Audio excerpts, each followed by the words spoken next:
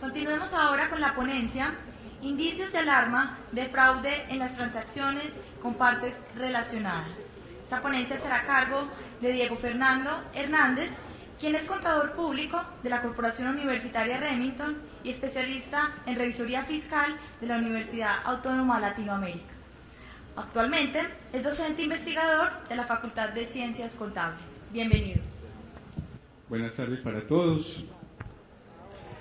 Una hora muy pesadita, ya todos estamos como cansados, agotados, estamos haciendo un esfuerzo muy grande, pero muchas gracias por permanecer aquí en el auditorio y hacernos compañía en este evento. Vamos a aterrizar unos pequeños conceptos que dijo el doctor Jorge Muñoz con respecto a unos términos que tienen que ver mucho con la globalización y con la apertura económica. Y es precisamente esos términos los que tienen que ver con esos indicios de alarmas de fraude en las transacciones con partes relacionadas. Quizá algunos de nosotros no entendamos ese concepto de partes relacionadas o qué son las partes relacionadas en una organización. Apoyándonos en un concepto de Stacy, en su artículo Stakeholders Theory, él habla respecto de las partes relacionadas. En este caso, los stakeholders son ese grupo de personas o grupos de interés que se encuentran dentro o fuera de una organización, como lo podemos ver acá, dentro o fuera de una organización, que están ligadas específicamente con la actividad económica o con la toma de decisiones dentro de la organización. Dentro de ellos podemos ver que en la parte interna tenemos como partes interesadas a los empleados, a los gerentes, a los propietarios, que son directamente aquellas personas que están interesadas de su actividad económica y fruto de ellos, pues obviamente les van a pagar su salario, van a tener todas sus relaciones internas en la organización. Y por su lado estarían entonces las partes externas a la organización, como el Estado, los proveedores, los clientes, que de una u otra manera inciden dentro de la organización a través de su comercialización de productos, bienes o servicios. Dentro de ese concepto que manejaba el doctor Muñoz, se acuña también dentro de las partes relacionadas, es precisamente ese término, conjunto de personas naturales o jurídicas que se encuentran relacionadas de manera directa con la organización y que de una u otra manera ejercen actividades de control. Y esa es la gran diferencia entre esos dos conceptos y lo especifica la NIC 24 en términos contables, donde determina que aquellas figuras de control se basan específicamente o en aquellas que van a ejercer el control de manera directa con la organización o que pueden tener de una u otra manera influencia significativa dentro de la organización. La NIC 24 establece que aquellas personas naturales que pueden tener influencia significativa dentro de una organización, voy a tomar este pequeño ejemplo que tenemos aquí, un grupo familiar que tienen su empresa, digamos por ejemplo, confecciones, donde el papá y la mamá determinan poner sus ahorros de toda su vida para la organización y de ellos nacen sus dos hijos, ¿cierto? Y les propician también una participación directa dentro de la organización en su patrimonio de conformación, ¿cierto? ¿Me siguen todos hasta ahí? Cada uno de ellos tiene un 25% de participación en el capital. Por consiguiente, para la organización o para la empresa específicamente, cada uno de ellos, por tener el mismo nivel de participación dentro de la organización, ya son parte relacionada de la empresa. ¿Sí? La norma internacional o la NIC 24 establece que la influencia significativa se da de manera directa o indirecta ante una organización cuando se posee más del 20% y menos del 50% en la participación del patrimonio de una organización. Pero ¿qué es la influencia significativa? Ya habla la NIC 28, donde nos establece que la influencia significativa es aquella que me permite a mí como inversionista en una organización participar en las decisiones y tener voz y voto en esas decisiones, perdón la redundancia, que tienen que ver directamente con la actividad económica o con las decisiones administrativas y financieras de la organización. sin tener el control de la organización. Y que quede bien claro eso, porque no tengo más del 50%. ¿De acuerdo? En este ejemplo particular, como cada uno de los integrantes y accionarios o accionistas de la organización poseen el 25%, les da voz y voto, es decir, influencia significativa para la organización, pero no les da el control sobre ella. ¿Qué significa? Que tiene influencia significativa. Es un término que se acuña dentro de la norma internacional y es nuevo para nosotros. ¿Correcto? Por su parte, a este juego le llamo yo el jueguito de las bolitas, porque es como la manera como lo interpretamos nosotros y cómo lo visualizamos de una manera muy particular para poder entender el concepto. La NIC 24 también habla de qué se debe revelar en las partes relacionadas, ¿sí? Y es precisamente acuñándonos al término de Ferreira, donde determina que el control dentro de una organización se da específicamente o bien entre las personas naturales, como lo vimos anteriormente, o bien entre organizaciones o personas jurídicas. Y es allí donde se hacen o se configuran los grandes conglomerados económicos, donde vemos, por ejemplo, los grupos económicos, donde vemos los términos matrices y subordinadas, filiales, vinculados, etc. ¿Cómo se configura esos grupos económicos? A través del control en las mismas organizaciones. Tenemos una casa matriz o principal que puede estar ubicada en cualquier parte del mundo, ¿sí? Esa matriz o controlante empieza a ejecutar sus actividades de inversión en las diferentes empresas donde quiere tener su participación. Para poder tener el control de la organización más una influencia significativa, tendría que estar invirtiendo el 50% o más de su patrimonio dentro de esa organización donde va a efectuar su actividad. Por lo tanto, vamos a tomar este ejemplo, la compañía matriz o dominante invierte en la compañía A el 60% de su capital. Por consiguiente, en ese mismo nivel que nosotros tenemos estas dos compañías, A y B, se denominarían filiales o subsidiarias, que es uno de los términos que nos mencionaba el doctor Muñoz hace unos instantes. Para poder entender esos conceptos, entonces se ubicarían dentro del segundo nivel de control. Por su parte, el control no solamente se ejecuta de manera directa en una organización, también se puede dar de forma indirecta. ¿Qué significa? Que esas empresas en las cuales se tenía control de manera directa pueden ejecutar de forma independiente actividades de control sobre otras, como por ejemplo en el caso de la compañía B, que invierte en la compañía C el 70% de su capital.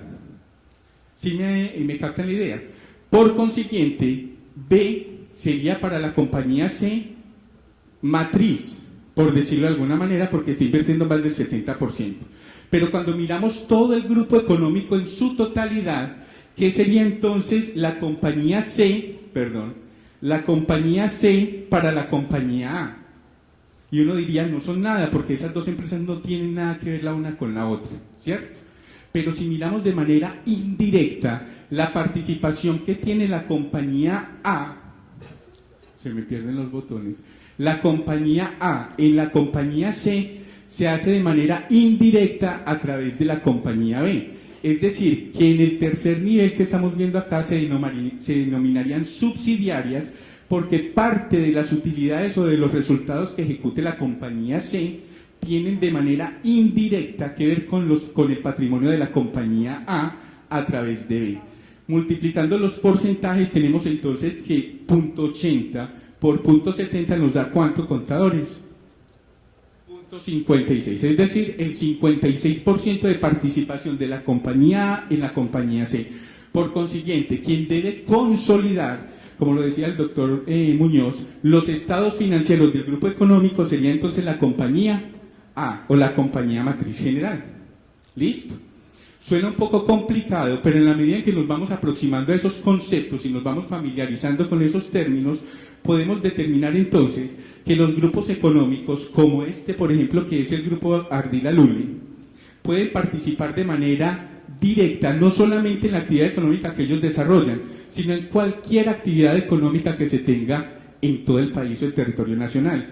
Este grupo, por ejemplo, maneja inversiones, no solamente en la parte comercial, sino en la parte deportiva, como por ejemplo en el equipo nacional, fútbol, que no vamos a hablar de él ahora, Postobón, específicamente en la parte de deporte, lo que tiene que ver con la Liga Postobón.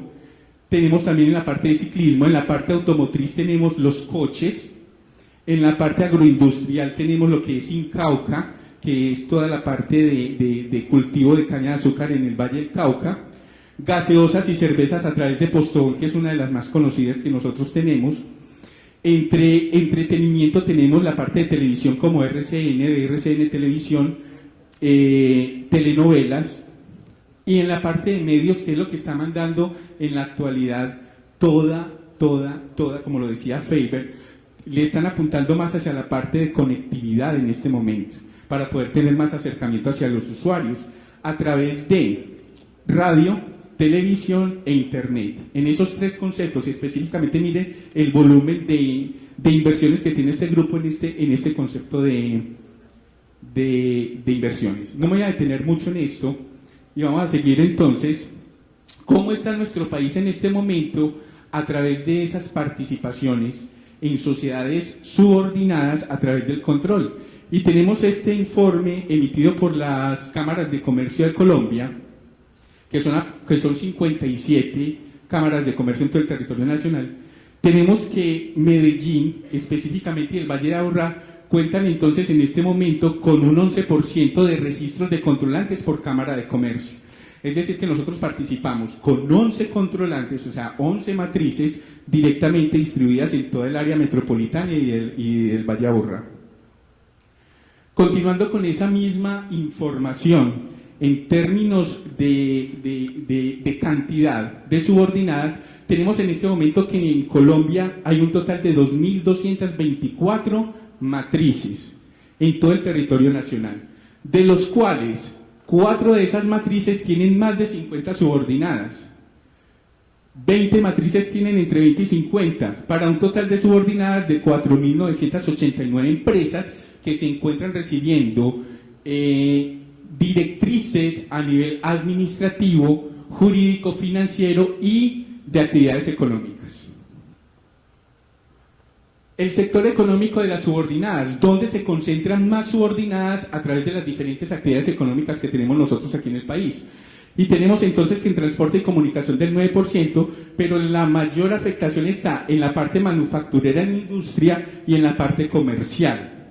Datos muy buenos para TMF Group, en el sentido de que pueden estar en este momento asesorando como este tipo de actividades. Siguiendo con las diapositivas, ¿cuáles son entonces esos indicios que nosotros debemos tener en cuenta a la hora de prestar nuestros servicios en las organizaciones, específicamente en los grupos económicos, y los cuales nos pueden afectar a nosotros de una u otra manera, la manera de cómo prestamos esos servicios específicamente a las organizaciones? Lo primero que debemos hacer es verificar si a esa empresa a la cual yo estoy prestando mi servicio tiene o no, o está vinculada o no, de manera directa o indirecta con un grupo económico. ¿Por qué? Porque mi información se va a ver afectada por las directrices que me dé de manera directa las empresas que están ejerciendo control o influencia significativa sobre esa empresa a la cual yo le estoy prestando el servicio. Ese indicio de fraude se da específicamente cuando las empresas reciben patrimonio o capital a través de préstamos a las subordinadas y no se configuran dentro de un documento privado.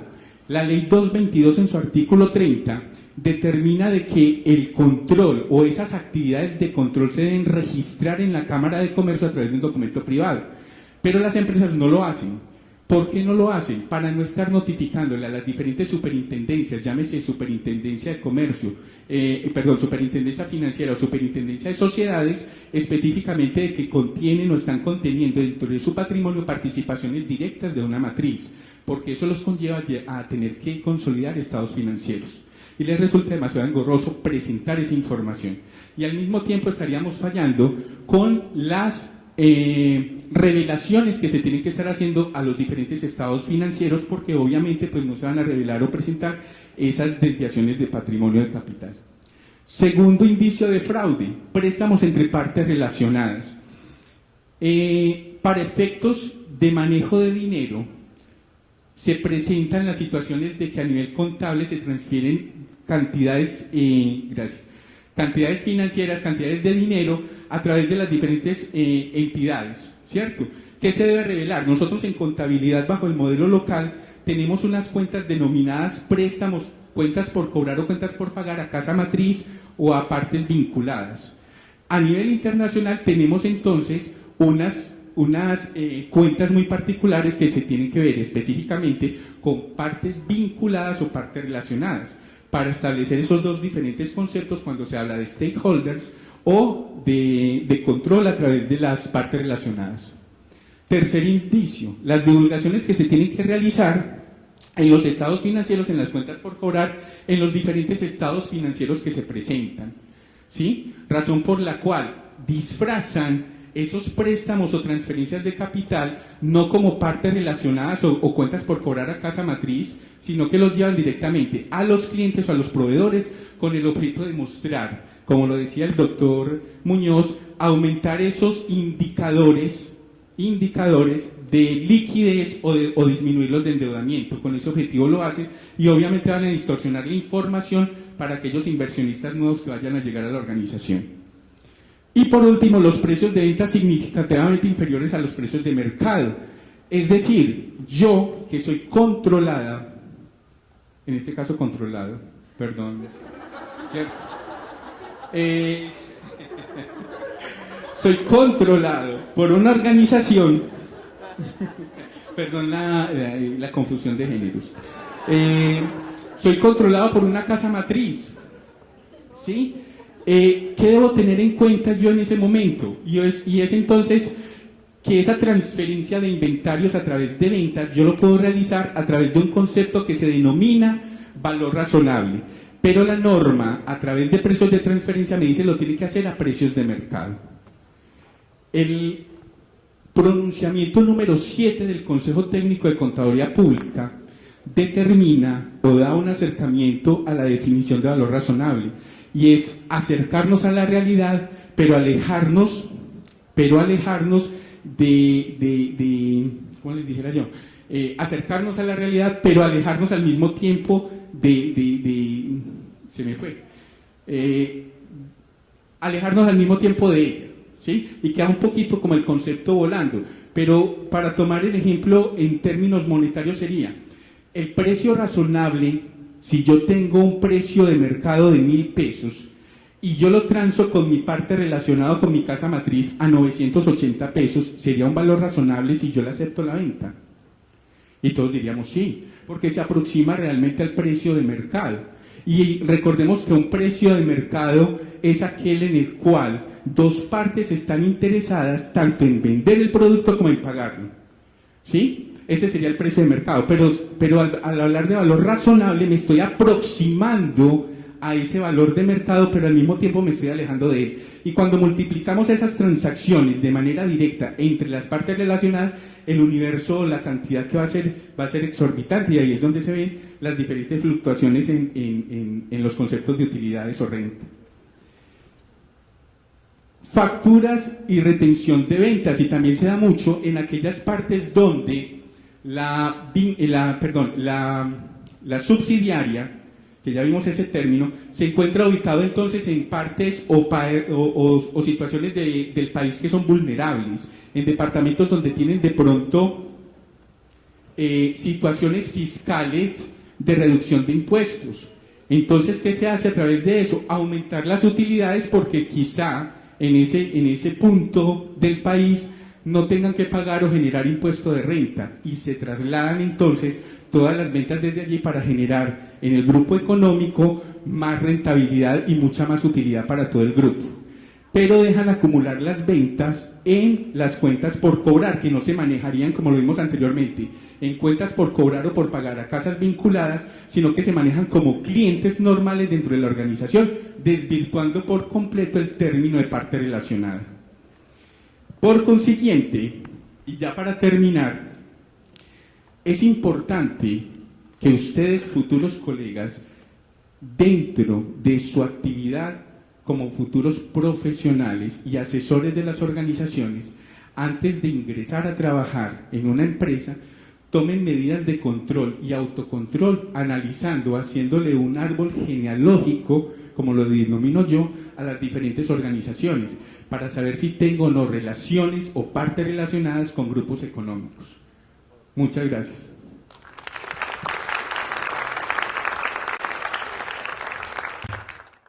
Invito al decano Jorge Alcides Quintero, quien hará un reconocimiento por la participación de esta ponencia.